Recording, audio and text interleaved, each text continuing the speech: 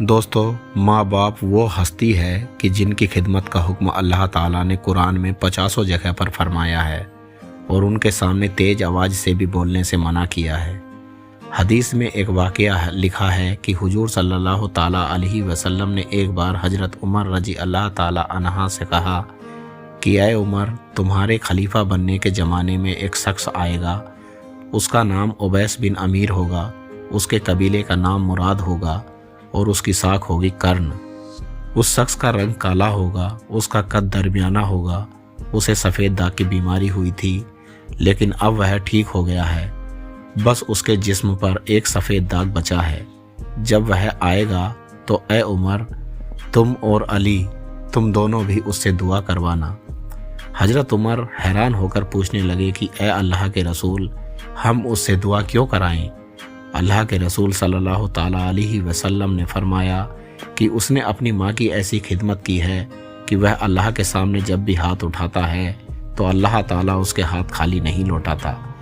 زمانہ گزر گیا، حضور صلی اللہ تعالیٰ علیہ وسلم کی وفات ہو گئی اور پھر حضرت ابو بکر کے بعد حضرت عمر خلیفہ بنے تو حضرت عمر رضی اللہ تعالیٰ عنہ 1 سال اویس کرنی کو ڈھونڈنے نکلے لیکن ان کا کچھ پتہ نہ ملا۔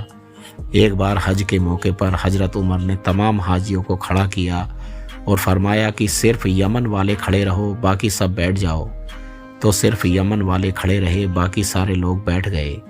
پھر حضرت عمر نے فرمایا کہ یمن والوں میں صرف مراد والے کھڑے رہو، باقی سب بیٹھ جاؤ۔ تو صرف مراد والے کھڑے رہے، باقی سب بیٹھ گئے۔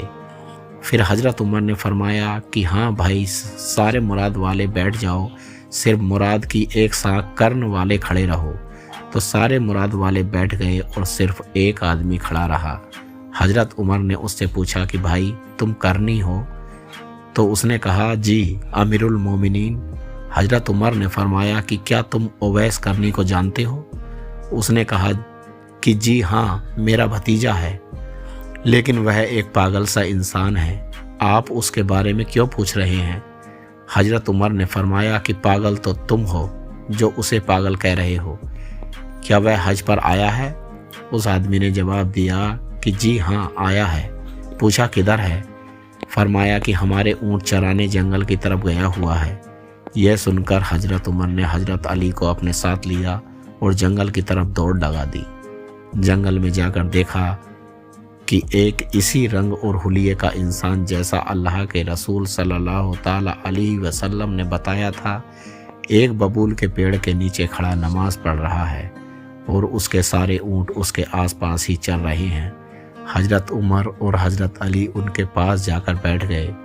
حضرت اویس کو پتہ چل گیا کہ کوئی میرے پاس آ کر بیٹھا ہے اور شاید میرا انتظار کر رہا ہے، اسی لیے جلدی سے سلام پھیرا اور پیچھے مڑ کر ان دونوں حضرات سے پوچھا کہ آپ کو کیا کام ہے؟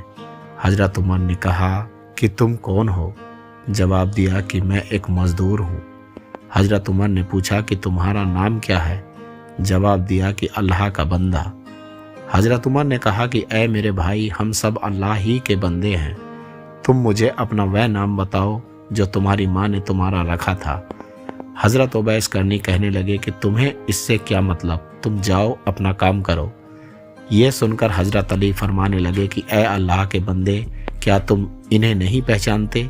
یہ امیر المومنین حضرت عمر بن خطاب ہیں اور میں علی بن ابو طالب ہوں۔ یہ سن کر اویس کرنی سہم گئے اور ڈرتے ہوئے کہنے لگے کہ میں معافی چاہتا ہوں اے امیر المومنین، میں آپ کو پہچانتا نہیں تھا، میں اویس کرنی ہوں۔ حضرت عمر نے کہا کہ ہاتھ اٹھاؤ اور ہم دونوں کے لیے دعا کرو۔ یہ سن کر حضرت اویس کرنی رونے لگے اور کہنے لگے کہ میں کیا آپ دونوں کے لیے دعا کروں، میں تو آپ کے پیروں کے برابر بھی نہیں۔ حضرت عمر نے کہا کہ اے اویس، میرے نبی نے فرمایا تھا کہ عمر، تیرے زمانے میں ایک آدمی آئے گا، اس کا نام اویس کرنی ہوگا، تم دونوں اس سے دعا کروانا۔ پھر حضرت اویس نے ان دونوں حضرت کے لیے دعا فرمائی۔ دوستو، یہ ہوتا ہے ماں باپ کی خدمت کرنے کا بدلہ۔ اسی حدیث میں حضور صلی اللہ تعالیٰ علیہ وسلم نے فرمایا کہ قیامت کے روز جب حساب ہو جائے گا تو بہت سے لوگ جنت میں جا رہے ہوں گے، انہی میں حضرت اویس کرنی بھی ہوں گے۔ تو جب وہ جنت کے دروازے پر پہنچیں گے تو اللہ کی طرف سے حکم ہوگا کہ اویس کو یہیں پر روک لو اور باقی لوگوں کو جانے دو۔ یہ سن کر حضرت اویس کرنی گھبرا جائیں گے اور اللہ سے پوچھیں گے یا اللہ کہیں آپ کا فیصلہ بدل تو نہیں گیا؟